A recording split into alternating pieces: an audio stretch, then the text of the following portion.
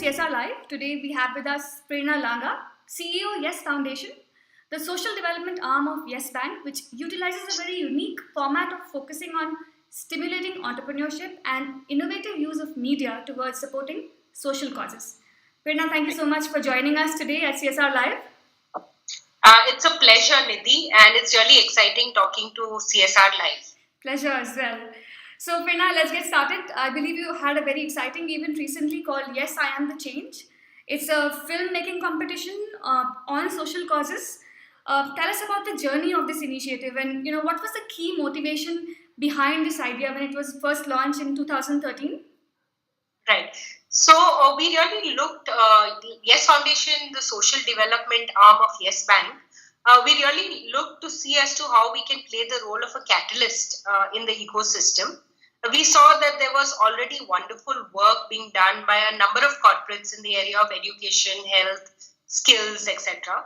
So we thought that we should have a differentiated approach.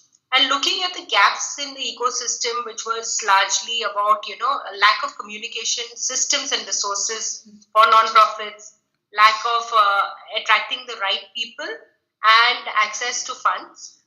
We thought that how can we engage youth in this process of filling these gaps? And with youth, as you are aware, you can't lecture them or patronize and sermonize and tell them volunteer for an issue. It has to be their own experience and it has to be a challenge. Hence, the way we devised this innovative Yes, I'm the Change challenge was that, at 6 o'clock in the morning, if you have registered, you will get 2 topics. It would be on the Sustainable Development Goals. And you have 101 hours to make the film. The emphasis is not so much on the film, but what happens with youth when they interact with nonprofits, everyday heroes, do research on the Sustainable Development Goals and how it leads to inner change. So it has been a very exciting journey for Yes, I'm the Change, because what started with an innovative idea is now taken to scale. We started with 2,100 participants in 2013. And in 2016, last year, we had 1.3 million participants. And of course, now we are the world's largest with participation from 2,500 cities and towns. While the numbers are impressive, what is really our motive is really to, galvanize the youth energy and get them to contribute to social change. One of the key program objectives, like you're saying, of the film competition is to create good, high quality communication content for NGOs. So Right. Is there like some success story you can share with us that perhaps a participant in your competition created a film for an NGO which further brought them, a great amount of support which they were looking for, or recognition that they really badly needed to take their work forward? Right.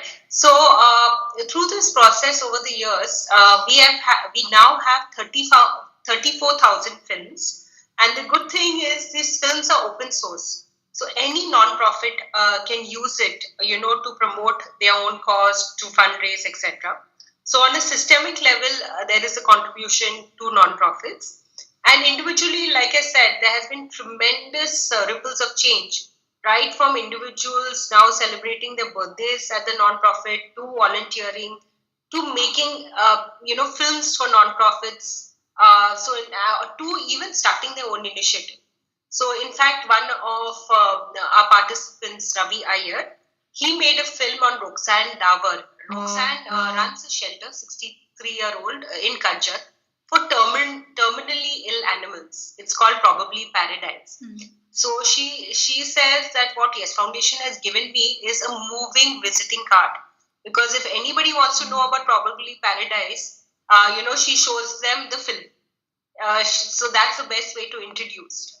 2, we have so in fact Ravi Iyer, he used his film also on her, and he did a major fundraising drive. And in fact, we partnered with him to do the fundraising. He showed the film. He got influencers to come in, and he collected money to set up a solar system enabled electricity system. He got LED lights because she has some 170 animals. So, there's a huge cost out of the 2 lakhs on a monthly basis that goes towards electricity. So that way he has contributed to her. And what started as a chance meeting through Yes I'm the Change has now become a lifelong association where Ravi and uses every platform to promote Roxanne. So there are tremendous stories of change. There is also Leena Kejriwal.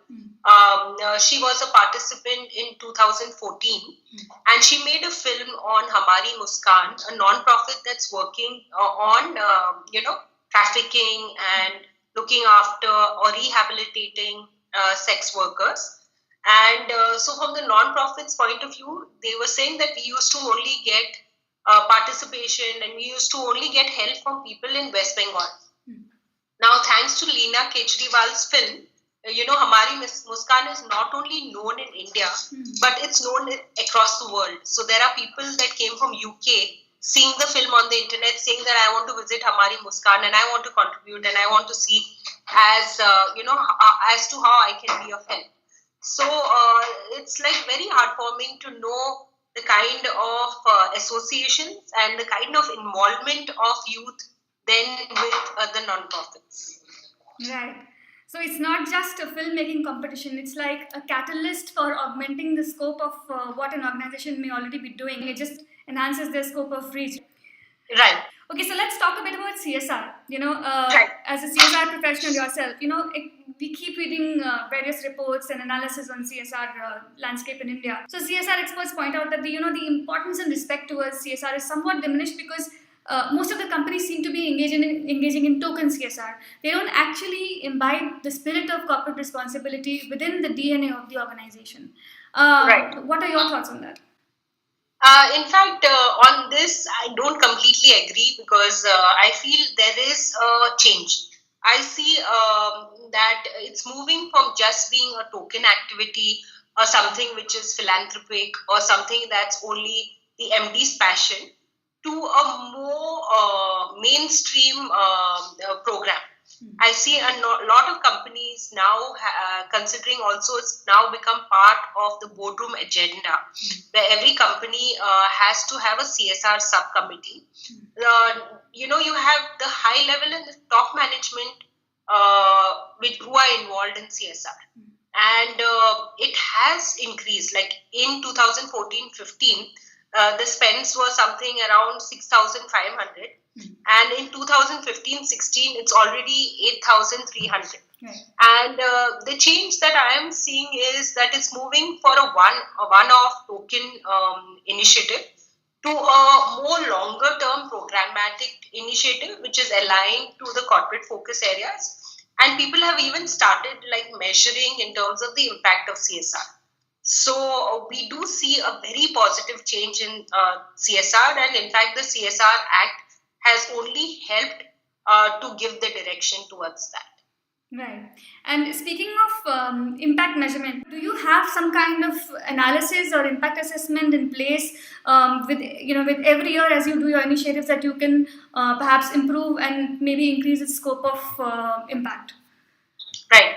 So, in fact, we have impact assessment ongoing, and like it's imperative in today's day and age to measure everything, right? So, right now we have tools like not only ROI but SROI, social return on investment.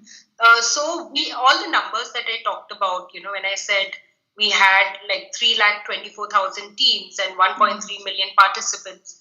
And this year we had 29,500 films, which was 1,000% jump from last year, are all verified by KPMG. In fact, they are the external auditor for us. But like you said, it's very important to get more qualitative, in-depth feedback in terms of what has actually taken place in terms of transformation.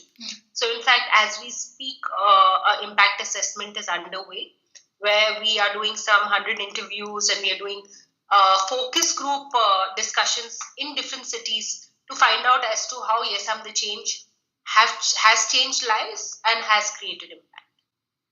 Great. So Prerana, I think it's a great initiative and we wish you all the best for future endeavors. Thanks so much for joining us for this chat. Thank you so much. It has been an absolute pleasure speaking to CSR Live, and we look forward to continuing this. Thanks a lot.